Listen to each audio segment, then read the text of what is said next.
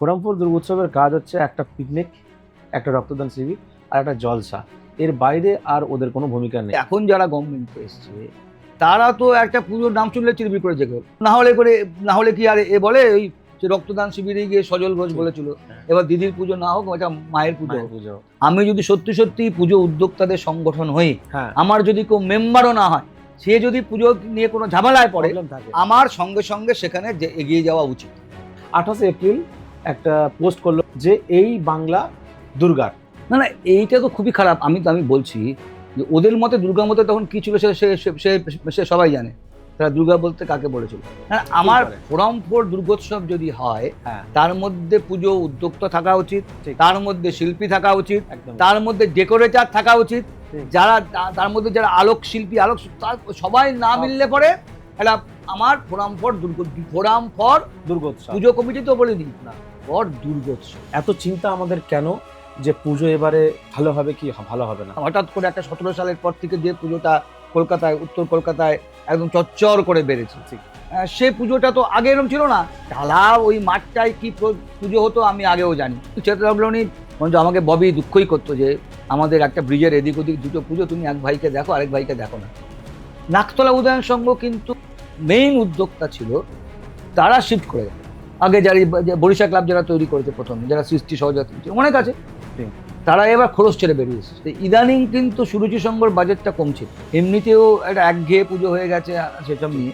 কিছুই কি ভালো হয়নি 2011 থেকে 2026-এর তৃণমূলের দুর্গাপুজোর প্রতি যে অবদান ছিল? উন্নতি যদি বলা থাকে, কিছু শিল্পীর প্রচুর মানে আয় হয়েছে। এদিকে আমার যে বিদ্যুতের বিশাল 3 কিলোমিটার ধরে পুজো করছি, প্যাভিলিয়ন করছি, তার পুরো বিদ্যুতের খরচ মকুব করে দেবে গভর্নমেন্ট। হ্যাঁ। এটা কি কোনো তো আমার এতগুলো, আমি একটা চালা পার্ক আমি বছরের পর বছর দখল করে আছি, যাতে পুরসভা কোনো পয়সা নেবে না। এটা কি মামা বাড়ি না, কাউন্সিলর, ঠিক ঠিক ঠিক। এমএলএ তাদেরকে এরা দূর করে আগে থেকে ঠিক করে রাখে। মহালয়ার আগে কর্তৃপক্ষ পড়ার, দেবীপক্ষ পড়ার আগেই উদ্বোধন হয়ে গেছে। তো অনেকে তো তখনই বলেছিল এইবার কিন্তু গেল। কার্নিভাল তো সর্বজনীন নয়, আবার সজল তো পুজো করেই, অত বাধা বিধি নিষেধ বাধা করেও করছে। মুখ্যমন্ত্রী শুভেন্দু অধিকারীও যেটা বললো রাজারহাটে, সেটাও খুব পজিটিভ। ঠিক আছে, যাদের প্রয়োজন নেই তাদের টাকা দেবো। ঠিক। একটা শিল্পীদের একটা সংগঠন আছে, একমাত্রিক। একজন শিল্পী তার মজুরি 1 কোটি টাকা।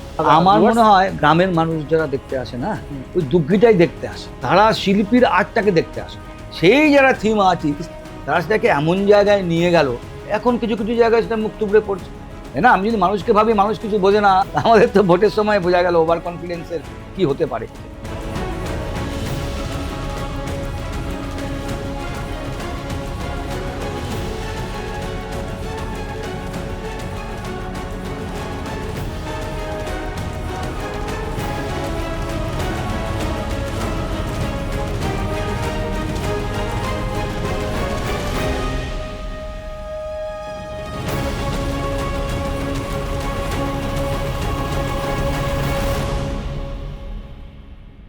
পুজোর সব থেকে রেসপেক্টেড মানুষ দেবদূত ঘোষ ঠাকুরকে জয়িত্রী টিভিতে অনেক অনেক স্বাগত। আমরা জানি ওনার একটা কথা, আমাদের পুজোর জগৎ যারা পুজো নিয়ে চর্চা করেন, ওঠেন এবং বসেন। আমি কথাটা হয়তো কাউকে ছোট করতে পারি, কিন্তু আমি আমার ভাষায় যেটা মনে হয়েছে সেটাই বললাম, যে ওঠেন এবং বসেন। ফোরাম ফর দুর্গা উৎসবকে তৈরি করা হোক বা সৃষ্টি সহযাত্রীকে মার্চ করে বরিশা ক্লাবের কে মানানো হোক, যেটা পুজোর ভালো হবে উনি বরাবর করে গেছেন। স্যার, পুজোর এখন সমস্যা আপনি জানেন ভালো করে, পুজোর সঙ্গে যুক্ত আছেন। সোশ্যাল মিডিয়ায় খুব টেনশন আছে অনেক মানুষের যে এখন পুজো এবারে কিরকম হবে, পুজো আদৌ ভালো হবে কিনা, পুজোর বাজেট কমে যাবে, নানান বিষয় আছে। আমি আপনার কাছে সরাসরি আসবো যে পুজোর ভবিষ্যৎ কি হওয়ার কথা ছিল, যেরকম আপনারা দেখেন, আর অতীত সম্পর্ক জানার চেষ্টা করব। প্রথম আসি, এত চিন্তা আমাদের কেন যে পুজো এবারে ভালো হবে কি ভালো হবে না? আপনার কি মনে হয় মানুষ কেন এরকম ফিল করছে? আসলে কি এই চিন্তাটা করাটা অবাস্তব নয় আর কি, কিন্তু আবার পুরোপুরি বাস্তব নয়। ঠিক। ব্যাপারটা হচ্ছে কলকাতার পুজো যদি কোভিডের সময় 2020 সালে পুজো করতে পারে, ঠিক। তাহলে যে কোনো সময় কলকাতার পুজো, কোভিডের সময় তো কলকাতার কোনো পুজো বাদ যায়নি, না। সবাই পুজো করেছিল। হয়তো যে পরিমাণ তাদের বাজেট ছিল, যেরকম জাঁকজমক ছিল, তারা সেরকম করেনি। পুজো কমিটিগুলোর বাজেট কম ছিল, শিল্পীরাও অনেক ক্ষেত্রে অনেক কম টাকায় কাজ করেছে। শুধুমাত্র যারা পার্শ্ব শিল্পী, যারা গ্রাম থেকে এসে কাজ করে, তাদের যাতে মুখের গ্রাসটা না কাড়া যায় সেইটাকে খেয়াল রেখে বাজেট করেছিল শিল্পীরা। তার ফলে সেই পরিস্থিতিতে যদি মানে একেবারে বেমানান পরিস্থিতি, সেখানে যদি পুজো হতে পারে, তাহলে এই পরিস্থিতিতে পুজো হওয়ার কোনো মানে বন্ধ হওয়ার কোনো আশঙ্কা নেই। আমি জানি তুমি কি নিয়ে বলছো, ব্যাপারটা এটা শোনো, আগে যতদিন না এই দুর্গাপুজোর সঙ্গে নেতারা ছিল, আর কি বড় বড় নেতারা ছিল, মন্ত্রীরা ছিল, ততদিন কি পুজো হয়নি? ততদিন তো মানে পুজো হয়েছে। এবং এখন যে পুজোগুলো কলকাতার বড় পুজো, সেগুলো অনেকগুলোই বড় পুজো ছিল, বড় করে পুজো হতো। তার মানে সেই নেতার জন্য যে পুজোটার নাম হয়েছে সেও নয়, সেটাও নয়। তবে কিছু কিছু পুজো অবশ্যই আছে যেগুলো এই আমলে, মানে ওই গত 15 বছরে, যেগুলোর উত্থানটা মানে গ্রাফটা একেবারে একদম উঁচুর দিকে চলে গেছে। আমি সেগুলোকে বাদ দিই, সেগুলোর ক্ষেত্রে নিশ্চয়ই একটু সমস্যা হবে। নাম কি করা যেতে পারে? নাম তো তোমরা সবাই জানো, মানে হঠাৎ করে একটা 17 সালের পর থেকে যে পুজোটা কলকাতায়, উত্তর কলকাতায় একদম চচ্চর করে বেড়েছে, সেই পুজোটা তো আগে এরকম ছিল না। কেউ যদি বলে না আমরা তো আগে থেকেই পুজো করি, টালা ওই মাঠটায় কি পুজো হতো আমি আগেও জানি। একটা পুজোয় একটা বহুরূপী থিম হয়েছিল, সেই সময় আমাকে ওরা ডেকে নিয়ে গেছিল যে কিভাবে আমরা বহুরূপী থিম দিয়ে করতে পারি, পরের বছরই কি হবে। তারপর বছর থেকে তো পুরো জিনিসটাই পাল্টে গেল। এই সমস্ত যেগুলো আমি তো বলে দিলাম, যখন পার্কের নাম বলে দিলাম তখন আর কারো বুঝতে অসুবিধা নেই। সেইটার যেমন উত্থানটা যেভাবে হয়েছে, সেটা যেমন একটা দক্ষিণদারির যে পুজোটা, সেটার যেরকম উত্থান হয়েছে, সেইটা একটা উল্লেখযোগ্য ব্যাপার। মানে এই সমস্ত, তারপরে এখানে কেন্দুয়া শান্তি সংঘ, তারা সেই পুজোগুলোর ক্ষেত্রে কিন্তু রাজডাঙ্গা নবোদয় আগে বড় পুজো হতো, কিন্তু যেরকম মাস স্কেলে, যেরকম স্কেলে এই ইদানিং হচ্ছিল সেরকম ছিল না। কিন্তু হই হই করে পুজো হতো, থিম পুজো করতো। ওখানে ভবত সুতার অনেক বছর কাজ করেছে, তখন তো মানে বামফ্রন্টের আমল, তারা নেতা এমএলএ কেউ জেনারেলি পুজোর মধ্যে থাকতো না, ব্যতিক্রমও ছিল, কিন্তু মোটামুটি কেউ থাকতেন না পুজোর মধ্যে। তখনও তো পুজোগুলো ছিল। সেই সমস্ত পুজোগুলোর কিন্তু কোনো সমস্যা হওয়ার কথা না। সমস্যাটা কোথায় হতে পারে?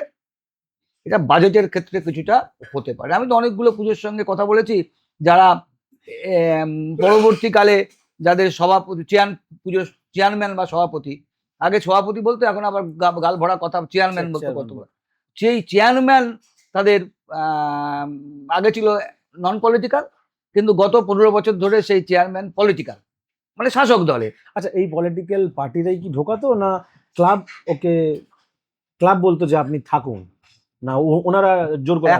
একটা ব্যবসায়ী কোনো একটা নেতাকে টাকা কখন দেয়? তখন দেখে সে নেতাটার ক্ষমতা বেড়ে গেছে, তাই না? সেটা নেতাও চায় না, সেও গিয়ে পায়ে গিয়ে পড়ে না। কিন্তু কি, এটা হচ্ছে একটা মিউচুয়াল আন্ডারস্ট্যান্ডিং, যে আমি এখানে সহবাস, শান্তিপূর্ণ সহবাসস্থান যদি চাও, তাহলে দুপক্ষকে দেখতে হবে। কিন্তু কিন্তু কি কি হয়ে গেল, যেটা সর্বনাশ হয়ে গেল, যে পুজোগুলোর নাম বদলে গেল। আমরা বরাবরই জানি একডালিয়া পার্কটা সুব্রত মুখার্জির পুজো, সন্তোষ মিত্র স্কোয়ারটা প্রদীপ ঘোষের পুজো। আমরা যখন ছিলাম তখন প্রদীপ ঘোষের ছিল, এখন সজল করে সেই পুজো। সেইগুলো নামে কাটতো, তাই না? এটা সন্তোষ মিত্র স্কোয়ার আর সবাই আমরা জানি। আবার এটা কি জেনারেলি আমাদের কলকাতার কাজটা ছিল পুজো, আমার কালী পুজোর ক্ষেত্রে কালী পুজো হচ্ছে আমরা জানি সমাজ বিরোধীরা পুজো করে মোটামুটি আর মোটামুটি। হ্যাঁ, কিন্তু এটা আমরা যা দেখে এসছি সিনেমা সবাই কি যারা ডাকাত ফাকাত এরাই কি কালী পুজো করে। তো এখন যারা পাড়ার যারা দাদা তারা পুজো করে, ফাটাকেষ্ট, সোমেন মিত্র, এবং এখন যে তাপস অত বড় দাদা ছিল না, কিন্তু তাপস কালী পুজো করতো। এরকম এই কালী পুজোগুলোর একটা বদনাম ছিল, এর পুজো, ওর পুজো, সোমেনদার পুজো, ফাটাকেস্টের পুজো, এসব সব নাম ছিল। কিন্তু দুর্গা পুজো কিন্তু সেরকম নাম ছিল না। এই একডাল এভারগ্রিন আর সন্তোষ মিত্র স্কোয়ার বাদ দিয়ে বাদ বাকিগুলো কি সর্বজনীন যা নাম, সেই নামে সেই পুজোগুলো হতো। সংঘশ্রী কার পুজো কেউ কোনদিন জানে? কেউ জানে না। সংঘমিত্র কার পুজো কেউ জানে না? কেউ জানে না। বাগবাজার সর্বজনীন কার পুজো কেউ জানে? কেউ জানে না। ম্যাটার স্কোয়ার কারো নামে পুজো হয়, কারো নামে পুজো হয়। এগুলো সর্বজনীন পুজো। মানে তার কিন্তু সর্বজনীন পুজোটা যখন একটা ব্যক্তিগত পুজো হয়ে যায়, তখনই সমস্যা হয়। এই গত 15 বছরে বিভিন্ন পুজো কি হয়েছিল, একটা লোকের ব্যক্তিগত পুজো। মানে তোমাকে যদি পুজোয় কিছু করতে হয়, গিয়ে কোনো একটা কারোর সঙ্গে কথা বলতে হয়, শিল্পীর সঙ্গে কথা বলতে হয়, শিল্পীকে যদি কারোর সঙ্গে কথা বলতে, কারোর সঙ্গে কথা বলবে না, কার সঙ্গে বলবে? যে জমিদার বসে আছে সে যদি ওইটা চায়। মানে আমরা কি করলাম, যখন পুজো সৃষ্টি হয়েছিল বারোয়ারি পুজো, তখন বারোয়ারি পুজোগুলো কি ছিল, সব জমিদাররা করতো। সেই থেকে তারপরে বারোয়ারিটা হয়েছে। আগে জমিদার রাজা এরা পুজো করতো, তাই না? যে আমার পুজোয় এই 5,000 লোক খেয়েছে, আমার পুজোয় 10,000 লোক খেয়েছে, আমি 10টা যাত্রা পাঠিয়ে এনেছি, আমি 20টা যাত্রা পাঠিয়ে এনেছি। এটা কি, এগুলো হচ্ছে আমি আমার কত ক্ষমতা, কত বৈভব, সেগুলো দেখানো। কিন্তু এই পুজোয় পলিটিক্যাল যদি ইন্টারফিয়ারেন্স হয়, তাহলে একটা সর্বজনীন পুজো কি করে ব্যক্তি পুজোয় ট্রান্সফার হয়ে যায়, আবার সেই পুরোনো জায়গায় ফিরে গেছিল পুজোটা অনেকটা। মানে আমি অনেক সংগ্রাম করে এই আমি বলবো এই বরিশার দুটো ক্লাব, সৃষ্টি, সহযাত্রী, তার তো কোনো আগে পলিটিক্যাল গডফাদার ছিল না। তারা নিজেরাই, ছেলেরা মিলে তারা মানে নাটক ভালোবাসতো, সংস্কৃতি ভালোবাসতো, পুজো ভালোবাসতো। সেই থেকে পুজোগুলো করতো। যেহেতু নাটকের মঞ্চ করতো ওরা, ওদের একটা কি ছিল, ওদের একটা সৃষ্টির একটা শিল্পকীর্তি ছিল ভেতরে। তার ফলে ওরা যে সমস্ত শিল্পীকে দিয়ে কাজ করাতো, যে শিল্পী অ্যাসিস্ট্যান্টের কাজটা ওরাই করতো। কারণ ওরা কি করতো, ওরা সরাসরি একটা সংস্কৃতি জগৎ থেকে, নাট্য জগৎ থেকে এসেছিল। তাহলে নাটকের যখন স্টেজ করে, তো সবাই আমরা জানি মঞ্চ যখন সাজায়, সেটা তো আমাদের পুজোর থিমের মতো সাজানো, তাই না? তো সেও তো থিম। কখন বাসায় যখন করছে তখন একটা থিমের, বাড়ির মধ্যে ড্রয়িং রুম, ডাইনিং রুম, তাই না? তাহলে এগুলো তো আলাদা আলাদা আমাকে সেট করতে হয়। তার মানে এটা তো থিম। এইটা এরা যখন নিজেদের আনন্দে পুজো করতো, সেই পুজোটা ছিল একটা একরকম। এখন ব্যাপারটা হচ্ছে পরে কি হয়ে গেল, যে যারা এই সমস্ত মানে শিল্পকৃতিগুলো যাদের মনে একদম ভিতরে একদম থেকে তৈরি হয়েছে, তারা তো চেপে গেল। কারণ শিল্পীকে টাকা দেবে কে?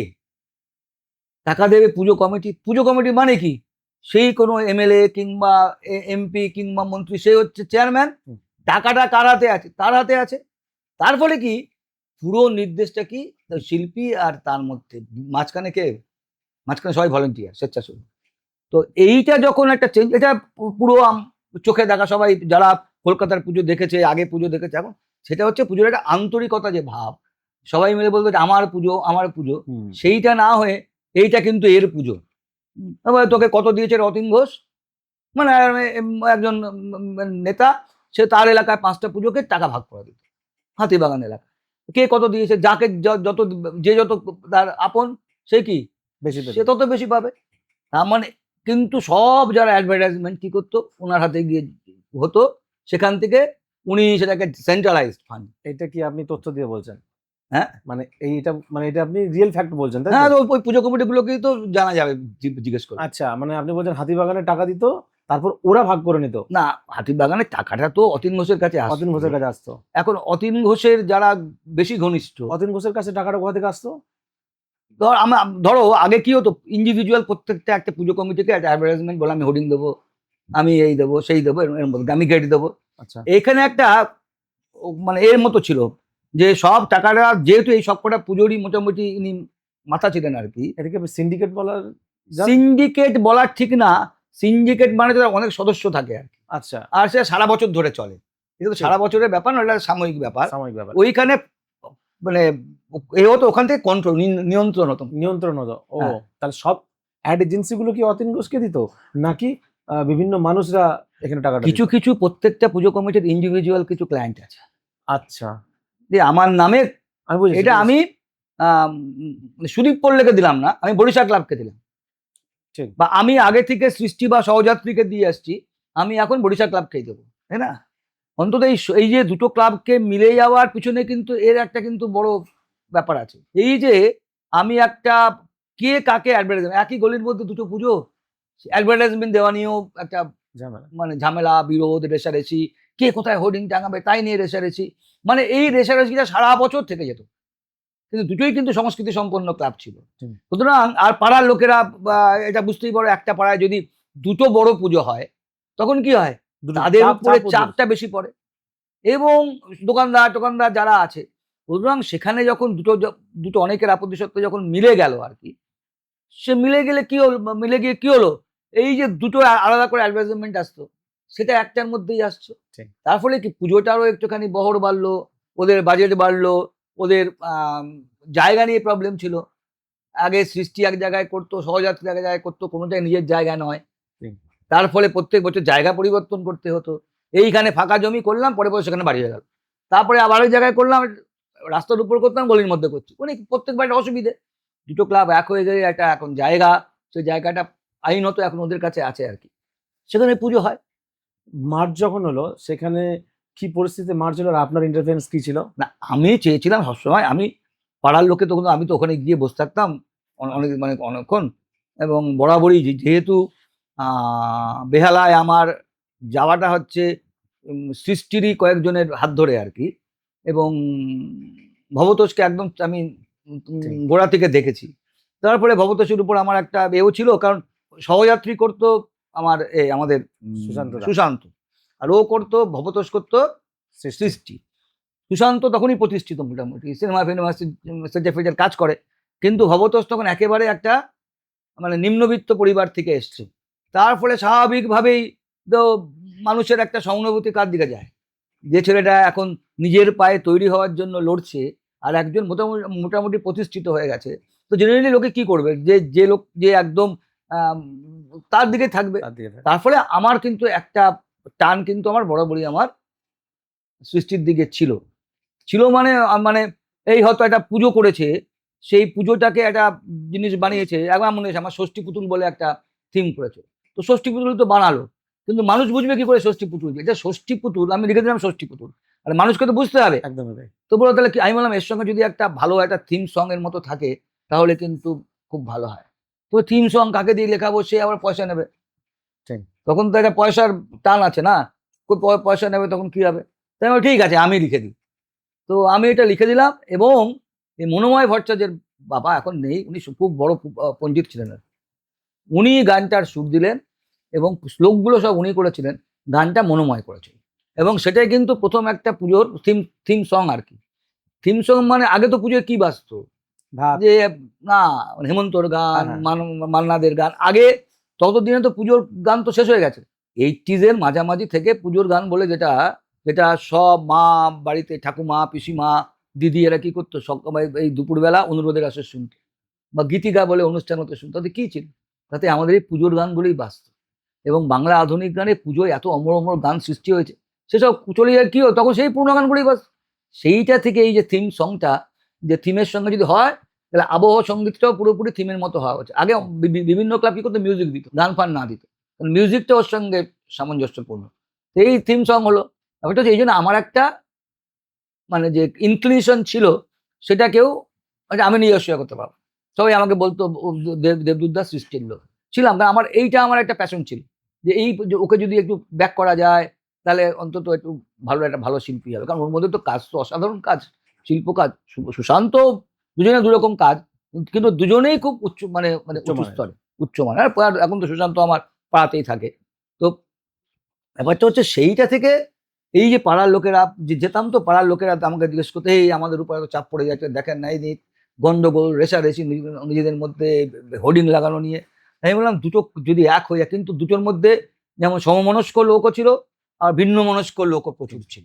তার ফলে যখন মার্জ অ্যাকচুয়ালি হলো, আমি দুদিন তারপরে বেশ কিছুদিন চেষ্টার পরে এটা মার্জ করলো, বরিশা ক্লাব হলো, কিন্তু তখন কিছু কিছু লোক ওই ক্লাব থেকেও আর ওই ক্লাবের বাইরে চলে গেল সৃষ্টি থেকে, তারা বরিশা ক্লাবে এলো না। আবার সহযাত্রীরও কিছু লোক আর সহযাত্রী, কিন্তু কি একটা দুটো মিলে একটা বরিশা ক্লাব হলো, ওই গলিটায় একটা পুজোই হলো, সেইটা এতদিন ধরেও তো চলছে। কন্টিনিউ হচ্ছে। আমি যদি জিজ্ঞেস করি, ঠিক এইরকমই একটা পরিস্থিতি এসেছিল। ফোরাম ফর দুর্গোৎসব বিষয়ে আপনাদেরকে ছোট্ট করে বলে রাখি, যারা কলকাতা দুর্গাপুজো অবগত নন, অ্যাকচুয়ালি এই দুর্গাপুজো করতে গেলে বিভিন্ন ক্লাব কমিটি থেকে অনেক মানে ওটাকে কি বলবো, যে আইনি সমস্যা থাকতে পারে। যেমন ধরুন ফায়ারের, যেমন ধরুন ইলেকট্রিকের। তো একটা এমন একটা সংস্থা এক জায়গা থেকে 500-600 ক্লাবকে যাতে একত্রিত করে সলভ করা যায়, তার জন্যই তৈরি করা, কিন্তু যাতে চাপটা বাড়ে আর কি, যাতে চাপটা মানে আমি সরকারের ক্ষেত্রে আমি বাড়ে। সরকারের কাছে একটা অনুরোধ করতে যাচ্ছি, হ্যাঁ, সে অনুরোধের যাতে ভারী অনুরোধ ভারী হয়, অনুরোধ হয়। তাই না? সেই জন্য কি হতো, সেখানে সবাই যদি একসঙ্গে হয় কি, যে মানে সবাই মিলে করি কাজ, হারে জিতি নাই নাচ। ঠিক। যে স্বপ্নে যে উদ্দেশ্যে করা হয়েছিল, আগে জানি যে ঠিক কি পরিস্থিতিতে এটার উদ্ভব হলো। তা এটা তো এই 2004-05 থেকেই মোটামুটি তো একটা হাইকোর্ট তো একটা নিয়েছিল শক্ত করার, কারণ প্রচুর লোক তখন ওই কি হবে এইগুলো জনস্বার্থ মামলা তখন হাইকোর্টে স্টার্ট হলো। তাহলে যে কেউ গিয়ে আমার কোনো একটা যেটা নাগরিক জনস্বাস্থ্য নাগরিক স্বার্থ হ্যাম্পার হচ্ছে সেই সমস্ত অভিযোগ গিয়ে কিন্তু যে কেউ করে হাইকোর্টে করতে পারত। এটা আগে সেই সিস্টেমটা ছিল না। যার ফলে কি প্রচুর লোক যাদের বাড়ির সামনে রাস্তা বন্ধ করে পুজো হচ্ছে। কলকাতায় প্রচুর পুজো তো নর্থ সাউথ দুটো মিলেই। নতুন কলকাতা ছাড়া পুরনো কলকাতা যারা মানে ভবানীপুরের অঞ্চল ওদিকে শ্যামবাজার, হাতিবাগান, এইসব মানে এইসব জায়গা রয়েছে ওইখানে মানে পুজো করার জায়গা ছিল না। সেই সিমলা ব্যায়াম সমিতি এরা বাদ দিয়ে কুমারটুলি পার্ক না, তারপরে এইগুলো বাদ দিয়ে বেশিরভাগ লোকেরই কোনো নিজস্ব জায়গায় পুজো করার ছিল না। তার ফলে তারা রাস্তা বন্ধ করে পুজো করতো, রাস্তার উপরে পুজো করতো। সেইখান থেকে অনেক মানুষ তারা অ্যাপিল করলো হাইকোর্টের কাছে যে আমরা পুজোর সময় এখানে নড়তে পারি না, হাইকোর্ট মানে অ্যাম্বুলেন্স আসতে পারে না, দমকল আসতে পারে না, তো আমাদের বাড়ির লোকে আমরা নিজের পাড়ায় নিজেদেরই ঢুকতে হয় পিছনের গলি দিয়ে অনেকটা পথ গিয়ে।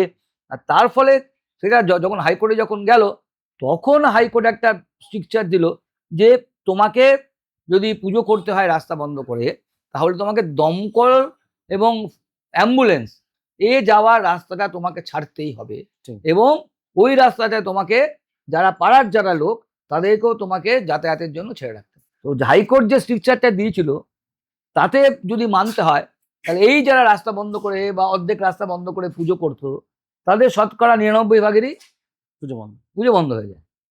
তো এইটা প্রথম 2-3 বছর হালকা সাল নিয়ে গভর্নমেন্ট নিয়েছে যে করো ভাই, সেরকম হবে না। কিন্তু একটা সময় গিয়ে হাইকোর্টকে আবার গিয়ে বললো যে আপনারা অর্ডার দিয়েছেন তার সাথে তো হচ্ছে না।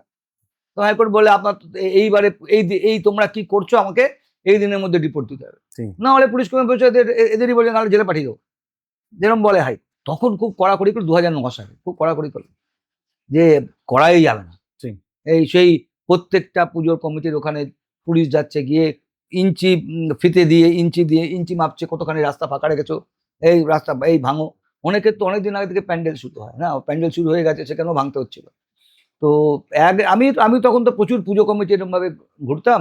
তো একদিন আমি ঘুরতে ঘুরতে ওই শিব মন্দির ক্লাবে লেক টেম্পল রোডে শিব মন্দির কাছে গিয়ে তখন থেকে সেখানে প্রচুর পুলিশ হ্যান ত্যান সব লোকজন ভিড়ে ওখানে পুজো ওরা বলছে আর করতো। তো দমকলের লোকও আছে। তো আমার মনে আছে যে সেই সময় তখন খুব তর্কাতর্কি হচ্ছে, আমিও মাঝখানে ঢুকে গেছি, যেহেতু আমি পূজা নিয়ে লিখতাম, পুজোর সময় লেখালেখি করি। তো বলছে আপনি খবরের কাগজের লোক, আপনি কেন আসছে, অনেকে বলছে হয়তো আমার চিন্তা পুজোর পরে ঢুকে গেছিলেন। আমার নয়, পুজোটা হওয়ার যাতে বন্ধ না হয় তার, এটা কিন্তু পুজো বন্ধ না হয় হলে তো খুব একটা কিছু না।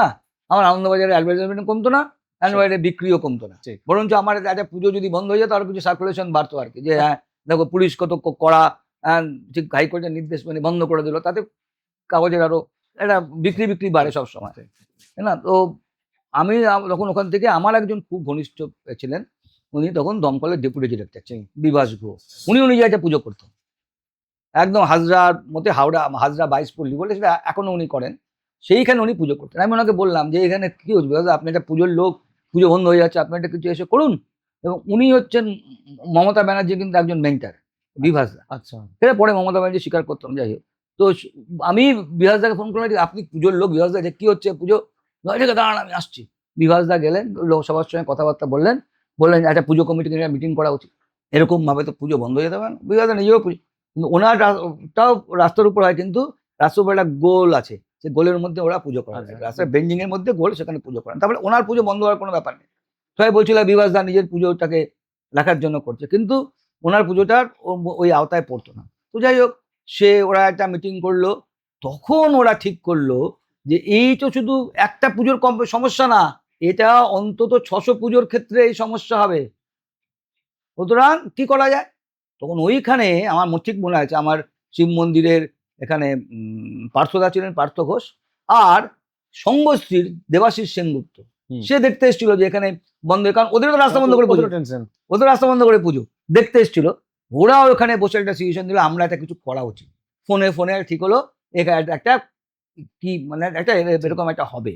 তো আমি বললাম আপনারা এসব বুঝে করুন, বারবার তো আমি গেলে আমারও কাগজে মানে হাইকোর্ট থেকে বলবে যে এই লোকটা গিয়ে গিয়ে বলছে আমার কাগজে মানে হাইকোর্ট উল্লেখ করবে, আমার চাকরিটি চলে যাবে মধ্যে কথা। কারণ আমাকে তো আমি পূজা কমিটির লোক না, আমি প্রশাসনেরও লোক না, আমি যা ঘটছে সেটা লেখার আমি মাঝখান থেকে কেন বলতে যাব? সুতরাং আপনারা নিজেদের মতো করুন। সেই থেকে তারপরে পুলিশের সঙ্গে মিটিং হলো। এই যে পুলিশের যে মিটিংটা হলো, এই যে তখন মমতা ব্যানার্জি একটা কিন্তু ওনার একটা মানে রোল ছিল যে ওই বিবৃতি দিয়ে যাতে যে এটা পুজোটা হওয়া উচিত, দুজনে মিশে বসে করুন। তখন কিন্তু মমতা আসেননি, তখন মমতা রেলমন্ত্রী, মানে আমি এই না তখন তো রেলমন্ত্রী 2009-এর শেষে। আচ্ছা, তখন বিবৃতি দিয়েছেন? হ্যাঁ, তখন উনি বিবৃতি দিয়েছেন, এটা তো ঠিক নয়, এটা তো বলতেই হবে। আর লোকে বিভাসদাকে মমতার লোক বলেই জানতো। হ্যাঁ, সুতরাং এটা তো স্বাভাবিক ব্যাপার, কোনো ব্যাপার নেই। তো হয়ে গেল এবং ফোরাম হলো, ফোরাম ফর দুর্গোৎসব হলো, তৈরি হলো, অনেক কমিটি এলো।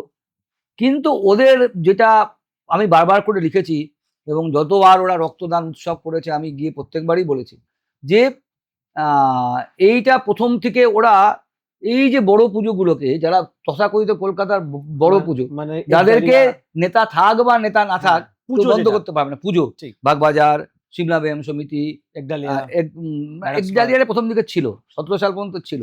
আচ্ছা, তারপরে হচ্ছে Maddock square, Santosh Mitra square, Mohammad Ali park, এই সমস্ত পুজোগুলোকে ওরা কিন্তু সঙ্গে নিল না, নিতে পারলো না। মানে নিতে পারলো না। তুমি যদি কনভিন্স করতে না পারো যে আমার উদ্দেশ্যটা হচ্ছে এই, আসলে ওদের একটা ছিল আমার তো পার্কের পুজো,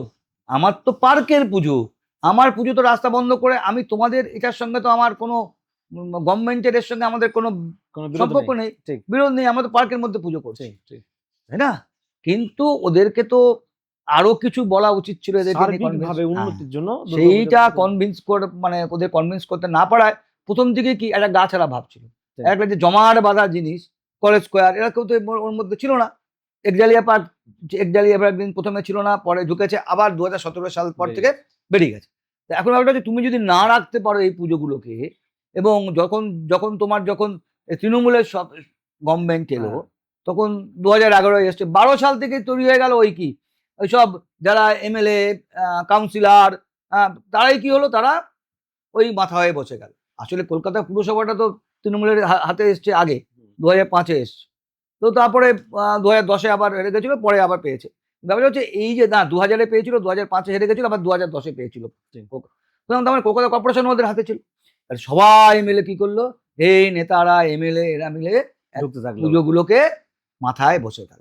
সে ওনারা চাপ দিয়েছিলেন কিনা, পূজা কমিটি গিয়ে ওদের গায়ে হাত পা ধরেছিল কিনা সেটা জানি না, কিন্তু কালের নিয়মে কি হয়ে গেল, ওগুলো সব এক একজনের, কাশী বোস টাইম টু বি শশীবাজার পুজো, হাতিবাগানের 3টে পুজো টাইম টু বি পুজো, আমাদের কি নাম বল, অতীন ঘোষের পুজো, সুরুচি, চেতলা অগ্রণী, এরা বরাবরই ছিল, কিন্তু চেতলা অগ্রণী এই আসার আগে কিন্তু অতটা বড় পুজো ছিল না।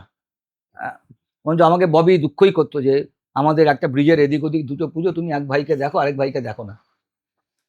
সুতরাং ব্যাপারটা হচ্ছে যে না, সুরুচির তো অবস্থা খুব খারাপ ছিল আগে, না সব বেহালায় পুজোয় যাচ্ছে, সুরুচির পাশ দিয়ে যাচ্ছে, সুরুচির পুজোয় কেউ আসছে না, টিম করে জ্বলছে এবং সব ওর পাশ দিয়ে বেহালা যাচ্ছে। এখন ব্যাপারটা হচ্ছে আমি ওদেরকে বললাম, তো তো ট্যাকটিক্যালি ভুল করেছিস, যে তোদেরকে লোককে এরকম ভাবে অ্যাডভাইস উল্টো পাল্টা না, যে বেহালা যাবেন কলকাতা থেকে বিশ্রামের দরকার, তো সুরুচিতে এসে একটু বিশ্রাম নিই, বুঝতে পেরেছি। আমাকে লোককে জোর করে আনার দরকার নেই, লোকের প্রয়োজনীয়তার কথা, আমাকে টয়লেট থাকবে, আমার এটা মানে ওয়াশরুম থাকবে, লোকে এসে বিশ্রাম নিয়ে একটু এতদিন ঘুরছে, ওইখানে গিয়ে একটুখানি ফাঁকায় গিয়ে তারপরে ওরা বেহালা চলে যায়। এই আইডিয়াগুলো দিতেন আপনি? এগুলো দিলে কি, এগুলো একটা আমার কাজ ছিল আর কি, যত থেকে পুজো আমি কি করতে পারি, স্প্রেড করতে পারি, যত বেশি পুজো একটা জায়গায় আসে, এবং কি লোকেশন ওয়াইজ, মানে আমি যদি একটা ট্যাংরা ঘোলপাড়াকে যদি আমি পিছনে করতে যেতাম ভালো পুজো হতে, আমার কোনো লাভই হতো না, কারণ কি ওইটা একটা জায়গায় ট্যাংরা তো এখন লোকে ভয় পায় যেতে, তাই না? তো কে যাবে রাত্রিবেলা? কিন্তু আমি বারবার বলেছিলাম, ওই বাইপাসের মুখ থেকে তোমাদের পুজো পর্যন্ত 4-5টা পুজোকে তোমরা প্রমোট করো, তাহলে কি হবে, বাইপাস দিয়ে যে পুজোগুলো কসবার দিকে যাবে বা কসবার দিকে যে পুজোগুলো তোমাদের দিকে যাবে, তারাও কি করবে, মাঝপথে ঢুকে তোমাদেরটা দেখতে পারবে, বা কিছু ওখান দিয়ে ঘুরে এসে সোজা বালিগঞ্জের দিকে চলে আসতে পারবে। কিন্তু পিকনিক গার্ডেনে অনেক ভালো ভালো পুজো হতো, হুম। কিন্তু বন্ধ আস্তে আস্তে আর্থিকভাবে সব হয়ে গেছে। কিন্তু এরকম ভাবে তো ফোরামটা তৈরি হলো, কিন্তু আলটিমেটলি কি হলো, আমি তো এরপর দেখি যে তোর সর্বজনীনতা নেই।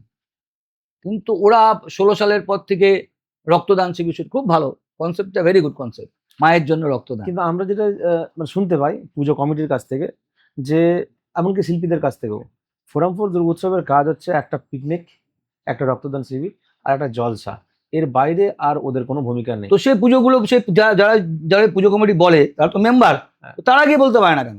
ওই যে বড় নেতারা রয়েছে, এইটাই হচ্ছে কথা, যে ব্যাপারটা যখন আরে পিকনিক পিকনিক তো সবাই মিলে তো হই হুল্লোড় করে, অনেকে মনের কথাও বলে একটুখানি, হুম। মন খুলে কথা বলে, আরে তখনই তো বলতে পারে লোককে যে হ্যাঁ এরকম ভাবে হয়ে যাচ্ছে। কিন্তু ব্যাপারটা হচ্ছে যেটা এখন সব জায়গায় হচ্ছে, একটা মানে লোককে একটা টেরোরাইজ করে রাখার ব্যাপার ছিল, ঠিক। যে আমার পুজো, আমার কিন্তু অসীম ক্ষমতা ভাই। এটা ছিল। ছিল তো বোঝাই যাচ্ছে ছিল। হ্যাঁ, কেন যে পুজো একটা ছোট্ট জায়গায় রাস্তার মধ্যে করতো, সে বিশাল রাস্তার মধ্যে পুজো করলো, সে অতটা দূরে লাইটিং, অতটা দূরে প্যান্ডেল, পয়সা তো তার লাগে, কি করে করলো? ঠিক। এগুলো হচ্ছে ক্ষমতা জাহির, আর ক্ষমতা জাহির করাটা খুব বিপজ্জনক। কারণ আমি একটা জিনিস করতে পারি, সেটাকে আমার নিয়ে যাওয়া, বয়ে নিয়ে যাওয়া, ধরে রাখাটা কন্টিনিউ ব্যাপার করা, আছে। ধরে রাখার কথা, এটা ঠিক। এটা ভীষণ ভীষণ ব্যাপার। সেটাই কি ফল হচ্ছে নাকতলা উদয় সংঘর? নাকতলা উদয়ন সংঘ কিন্তু পার্থ দা জেলের মধ্যে, পার্থ দা জেলের বাইরে খুব একটা কিন্তু হেরফের হয়নি। আচ্ছা। কিন্তু কি হলো, যে ওদের যারা মেইন উদ্যোক্তা ছিল তারা শিফট করে গেল। তারপরে কি হলো, ওদের যারা পুরোটাকে সংগঠনের মেইন থাকতো তারাই কিন্তু বেরিয়ে গেল। এইটাই কিন্তু ওদের মাঝখানে যে একটু ফল হয়ে গেছিল, এই কারণটা হচ্ছে সেটা। এটা পুজো তো কাউকে ধরতে হয়, কাঁধে তুলে একদম। নিতে হয় না। তো একদম। মা দুর্গাকে মণ্ডপে নিয়ে যাবে, কে নিয়ে যাবে? ওই যে আমার যেমন যাবারে কুলিগুলো, ওরাই তো ঘাড়ে ঘাড়ে করে মা দুর্গাকে নিয়ে যায়। ঠিক। সেরকম পুজোটাকে ধরে রাখার জন্য কিছু চওড়া কাঁধ চাই, যারা পুজোটাকে ধরবে। সেই চওড়া কাঁধ যদি হঠাৎ একদিক থেকে অন্যদিকে চলে যায়, এই আমরা এই দল বদল নিয়ে ফুটবলে এখনো অবশ্য নেই, আমাদের সময় বিদ্যুৎ বর্মনের দল বদল নিয়ে প্রচুর ঝামেলা ছিল, সেটা একসময় পুজো শিল্পী বদল নিয়েও হতো আর কি। সুতরাং কিন্তু সেইটা তো সেই উন্মাদনাটা এখন আর নেই। কারণ হচ্ছে কে টিমটাকে, মোহাম্মদ হাবিবের এত চাহিদা ছিল কিনা, এত এত বয়স পর্যন্ত কলকাতা কেন? ও একটা টিমকে ঠিক মতো রান করাতে পারত। ও যদি মাঝে মাঠে থাকতো, সে যতই হেলে পেলে প্লেয়ার হোক, গম নম, তাকে দিয়ে কাজ করে নিতে কাজ করে নিতে পারত। সেই জন্য লোক তো সেটা, তার তো সংগঠক, যে সংগঠক, মেইন সংগঠকের যদি ট্রান্সফার হয়ে যায় অন্য পুজোয়, তাহলে খুব বিপদ। ওই একটা বছর দুয়েক ওই জন্য নাকতলার একটুখানি পুজোতে ঘাটতি ছিল। দুর্গাপুজো নিয়ে অনেক অভিজ্ঞতা আপনার রয়েছে, আমি শুধু জিজ্ঞেস করব, এইটা আপনি খেয়াল করেছেন, অবশ্যই দেখেছেন, সেটা হচ্ছে 28 এপ্রিল একটা পোস্ট করলো সব পুজো কমিটিগুলো, ম্যাক্সিমাম পুজো কমিটি, সরি, যে এই বাংলা দুর্গার, এইটা কি ছিল আপনার মনে হয়? না না, এইটা তো খুবই খারাপ। আমি বলছি যে ওদের মতে, দুর্গার মতে তখন কি ছিল, সে সে সে- সে সে সবাই জানে তারা দুর্গা বলতে কাকে বলেছিল আর কি। তো এখন ব্যাপারটা হচ্ছে মানে এইটাই তো, মানে মানে কি, তুমি যত পার্টিজান হয়ে যাবে, হ্যাঁ। তত তোমার কি, তত তোমার আহ, নিজের ভিতটাই নষ্ট হয়ে যাবে। কিন্তু এটাই তো মুশকিল ছিল না। এখন তার ফলে কি হয়েছে, তার ফলে এখন যারা গভর্নমেন্টে এসছে, তারা তো একটা পুজোর নাম শুনলে চিরবির করে জেগে মানে উঠছে হ্যাঁ, না, হ্যাঁ, যে আরে এটা তো মানে সরাসরি এর পুজো। ঠিক ঠিক। হ্যাঁ, তো তো না হলে করে, না হলে কি আর এ বলে, ওই সে রক্তদান শিবিরে গিয়ে সজল ঘোষ ঠিক। বলেছিল, হ্যাঁ। এবার দিদির পুজো না হোক, এটা মায়ের পুজো মায়ের হোক। পুজো। তাহলে এইটা যখন বলতে পারো, তার মানে কি, মানুষের কনসেপ্টটা কিছু, এটা অনেকের ছিল, তারা কি কি করতো, তারা এটাকে বলতে পারতো না। প্লাস ফোরামের এটা ফেলিওরও ছিল, যে যখন ওকে সার্বজনীনতাটা এইভাবে রাখতে হতো, যে একটা পুজো মণ্ডপ সজলদার যদি কোনো রকম প্রবলেম থাকতো, তখন ওদেরকে খোলাসা করতে হতো যে না না এই সমস্যাগুলো রয়েছে, আমরা পাশে রয়েছি, যেটা কখনোই আমার ওরা কথা করেনি। হচ্ছে, আমি যদি সত্যি সত্যি পুজো উদ্যোক্তাদের সংগঠন হই, হ্যাঁ, আমার যদি কেউ মেম্বারও না হয়, সে যদি পুজো নিয়ে কোনো ঝামেলায় পড়ে, প্রবলেম থাকে। আমার সঙ্গে সঙ্গে সেখানে এগিয়ে যাওয়া উচিত।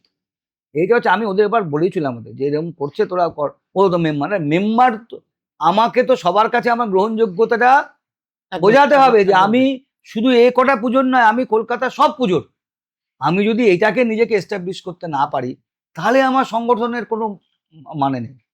আমি তাহলে কি হয়ে গেলাম, আমি কারো হাতে একটা পুতুল হলাম। এইবার তো প্রথম থেকে সন্দেহ ছিল এই গভর্নমেন্ট নেতা যে ইনজোরটাকে দেবে কিনা রক্তদান, কিন্তু এরা দিয়েছে। ঠিক।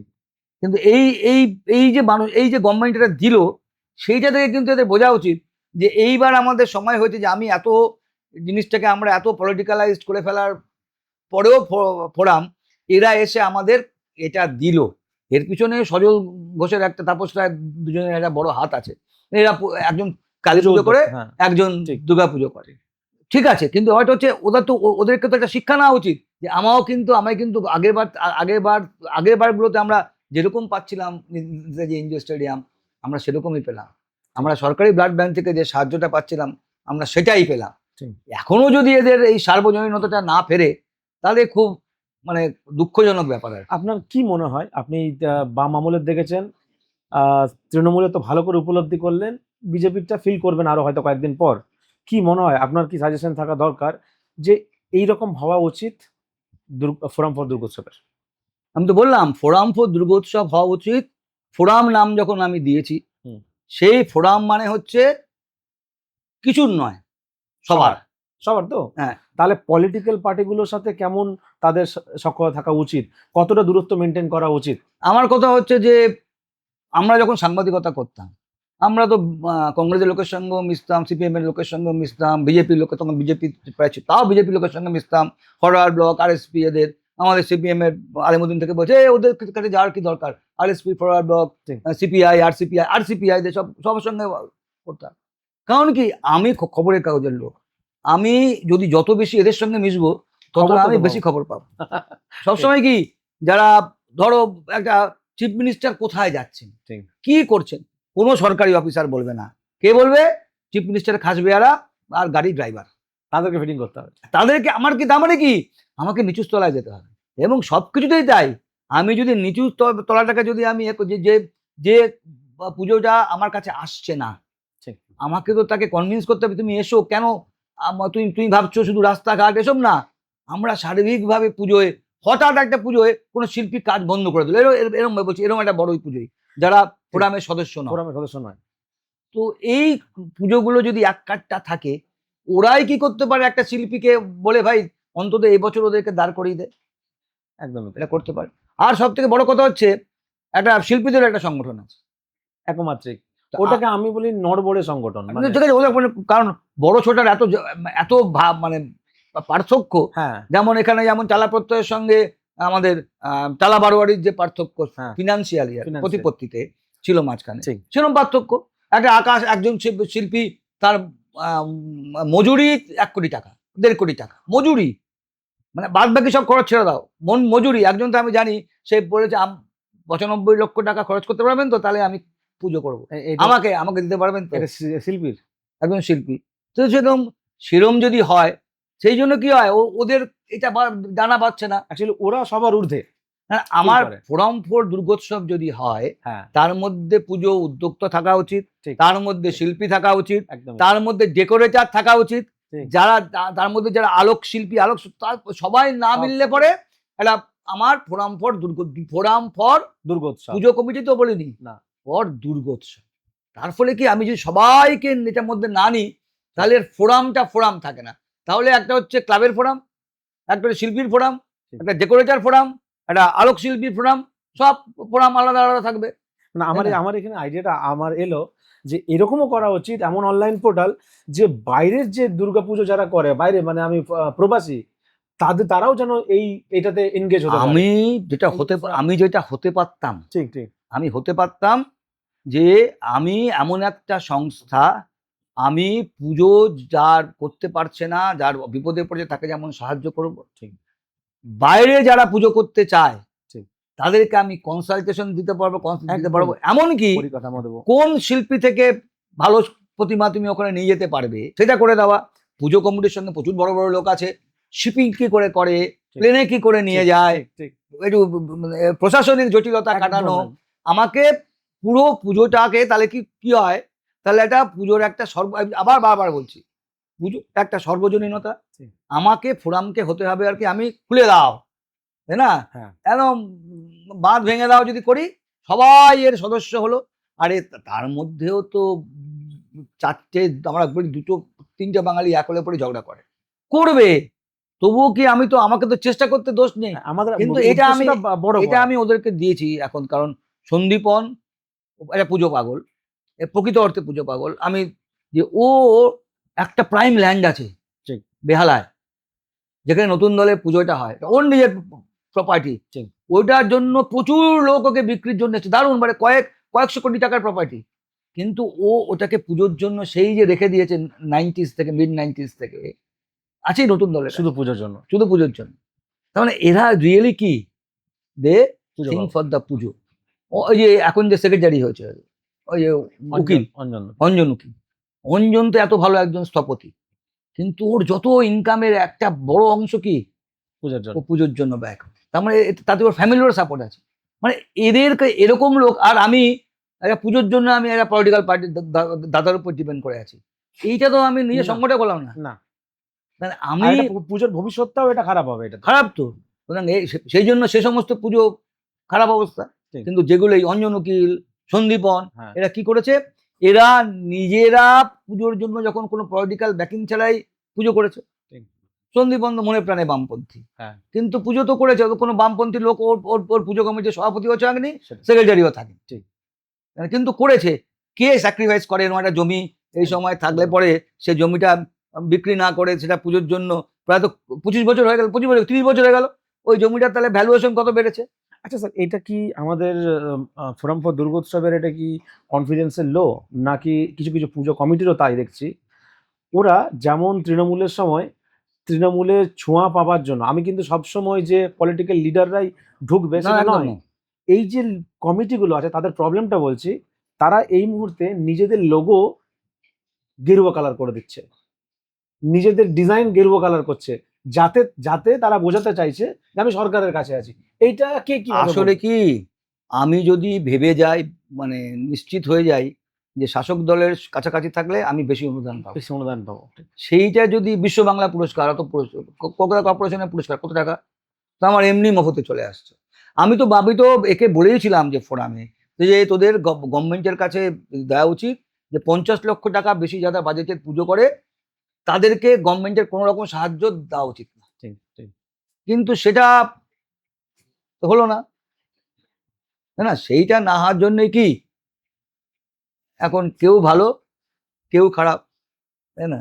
আমি এই প্রশ্নটা টালাকে করেছিলাম যে কখনো মনে হয়নি যে এই যে 1 লাখ টাকাটা না নিলেও হতো? তখন বলেছিল যে না, এই টাকাটা আমরা ওই যে পেরেক পুঁতছে সেটা কিন্তু তাদেরও লাভ হচ্ছে, এভাবে আমাকে শুভ বলেছিল এই ধরনের কথা। আমরা প্রশ্ন তুলেছিলাম তখন। কিন্তু যে এত এক বড় একটা পুজো করছে ওই 1 লাখ টাকার জন্য, এটা তো কোনো যুক্তি হতে পারে না, তাই না? আমি আসি শোভাযাত্রা নিয়ে, কার্নিভেল নিয়ে। দুর্গাপুজোর কার্নিভেল নিয়ে মত কি? কার্নিভাল তো সর্বজনীন নয়।